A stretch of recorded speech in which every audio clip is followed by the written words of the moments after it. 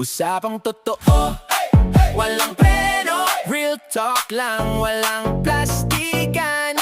Walang filter, diretsong totoo. Wonder Vlogcaster. Magandang araw mga ka-Wonder, welcome back sa ating YouTube channel, Wonder Vlogcaster po. Good morning sa inyo mga ka-Wonder. Maaga tayo nagising ngayon at may lakad tayo mamaya. Well, pag-usapan natin mga ka-Wonder itong kumakalat na video na isang iskandalo sa isang restaurant. Nakalagay sa caption na ito raw lalaki is self-proclaimed bagman ni Sara Duterte. Yung video mga ka-Wonder hindi natin alam kung sinong owner, no? Pero ito nasa ilalim ni Pebbles Talaquera. Itong lalaking hinahamon, no? Yung lalaki kasi mga ka-Wonder dito sa video, galit na galit, ano? Well, papanoorin nyo naman, ano? Ito yung issue dyan sa Cove, no? Sa panahon ng di Duterte. Ito yung dinemolish dahil sa tingin ko ito yung sinasabing nag-violate umano dyan sa DNR, no? 250 million pong halaga ng hotel na yan. At dyan po yan sa may Boracay. No, itong lalaki dito sa video is talagang galit na galit at hinaamon niya ng suntukan. Humahangos, ano? Na talagang 250 million ba naman yung nasirang yan. No, ayon dito sa lalaki, wala naman daw silang court order. Pero isinagawa pa rin yung operasyon, ano? Meron kayang nasa likod nito o motibo kung ba't ito ginawa? No, pero wala po kasing ebidensya, no? Tayo na kumpirmado. Kaya kung bakit ito'y sinagawang operasyon at dinemolish, no? 250 million ang pera mga ka-Wonder. So panoorin muna natin tong video mga ka-Wonder para magkaroon tayo ng idea. 50 million yung sinunog ng hotel. Anong hotel? West Cove. Putang na mo. West Cove, wala ka namang court order Mayabang ka lang dahil DILG ka. Hayop ka. 300 pamilya ang ginuto mo. Mayabang ka lang. Gusto mo suntukan tayo sa labas? Putang na ka. Hindi galing sa gobyerno ang pera na yan. Pinaghirapan ko. Tapos susunugin nyo? Asan yung court order nyo? Pinasok nyo kami para magpasikat doon. Ninakaw nyo lang ang pondo ng Boracay. Hayop ka. Nanginginig ako sa galit. Putang ina. Sumusuntukan tayo sa labas para makaraos lang tayo. Putang ina mo. Pasensya na Pero malaki atraso niyan.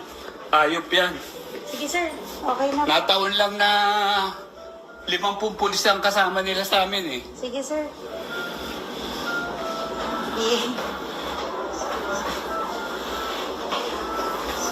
Sige sir, thank you po sir. Pasensya na. Pasensya na. So yun mga ka-Wonder, grabe ang laki ng pera 250 million pesos na sinunog daw. O yung sinunog is term lang yun, pero ito sa ilalim ng sa panahon ni Duterte. Way back 2018 po nangyari ito, no? Sa ilalim ng administrasyon nitong si Duterte. Di natin alam kung anong mga naging kalakaran dyan o mga, of course, ito lang sa ilalim nga ng rehabilitation program nga ng Boracay. Pero mga ka-Wonder, siyempre, ang laki ng property na yon. May mga bulong-bulungan dyan, baka kalaban o baka hindi raw naglagay. May mga ganun tayong naririnig. Well, anyway, hindi po naman official yun. Kaya, itong video lang pinagtutuunan natin na ito nga yung sinasabing violation ng resort. Kagaya ng easement, forest land issues, permits. No? Marami naman sigurong violation ito. Pero ang sabi ng lalaki, wala naman daw kayong court order. Wala raw court order itong si Densing. At yun nga, dinemolish bilang parte ng administrative enforcement. No? Pinatupad at sinira nga.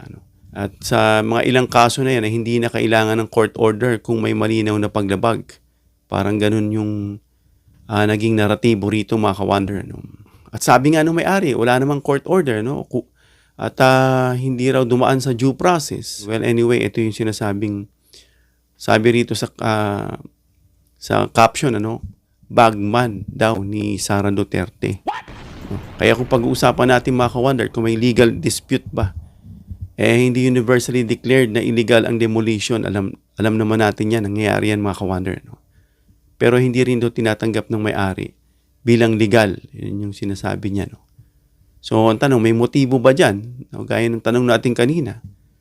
Mula sa source, ano? Personal na target ang West Cove. Personal. Bakit kaya? Yan yung sinasabi nating may pilit politika ba sa likod nito? No, lalabas at lalabas din yan, mga ka-wonder. Baka madagdagan natin yung info rito. Baka i-cover natin ulit. At may direktang utos para sa political revenge. Yan yung sinasabi rito mga naratibo, mga ka-wonder. Of course, tinitingnan din dito, no, malawakang clean-up at enforcement laban sa maraming mga establishment. Hindi lang iisa, hindi lang yung Cove. Ano. Alam natin, mga ka-wonder, maraming establishmento dyan sa Boracay kasi tourist spot yan. No? Naapektuhan din yung mga yan. Ano. Hindi lang yung Cove. No, nagpakita nga ito ng isang system-wide operation. Hindi lang isolated yung case that time. Ano. At itong si Epimaco III nga, na DILG officer, no, tumulong sa pagpatupad ng rehabilitation kasamang ibang ahensya. Pero yung pag-demolish, mga ka-wonder, sa Cove, parang nakakapanghinayang, ano, 250 million. Hindi ba yan na napakiusapan? O sabi niya, wala raw due process. Kung may paglabag, kamusta naman kaya ang pag-file ng kaso nito? Kung nag-file yung may-ari, no? Kamusta naman kaya, no? So, wala kasing public record, mga ka-wonder, no, na decision na nagpa-demolish dito sa resort. Operation kasi, mga ka-wonder, ay interagency nga, no? So, kung sa legal basis ng gobyerno, no, patungkol sa environment enforcement, kinuontra nga ng may-ari, no, dahil wala raw due process at walang court order. Yun pa man, wala tayong solid proof, mga ka-wonder, no, ng meron bang motibo na personal o political agenda. So, no, may medyo emotional yung lalaki at hinaamon talaga siya ng suntukan. Talaga magagalit, mga ka-wonder. 250 million pesos, grabe. So, well, yun kumakalat, ano, at may mga update pang susunod dyan at ma-verify natin. Hindi kasi natin sinasakyan yung mga chismis ng mga ka-wonder. No?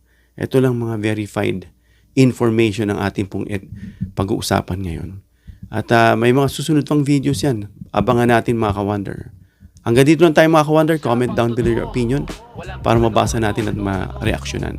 Please give me a thumbs up if you like this video para ma-share ni YouTube sa iba pang viewers.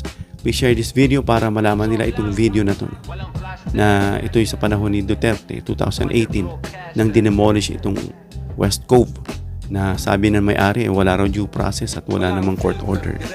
Well, malalaman natin sa tamang panahon kung ano nasa likod ng pagkasira at pinuntirya umano itong West Cove. Please subscribe, hit the notification bell icon and choose all bilang suporta sa aming mga content creators. Hanggang sa muli, mga ka-wonder. God bless.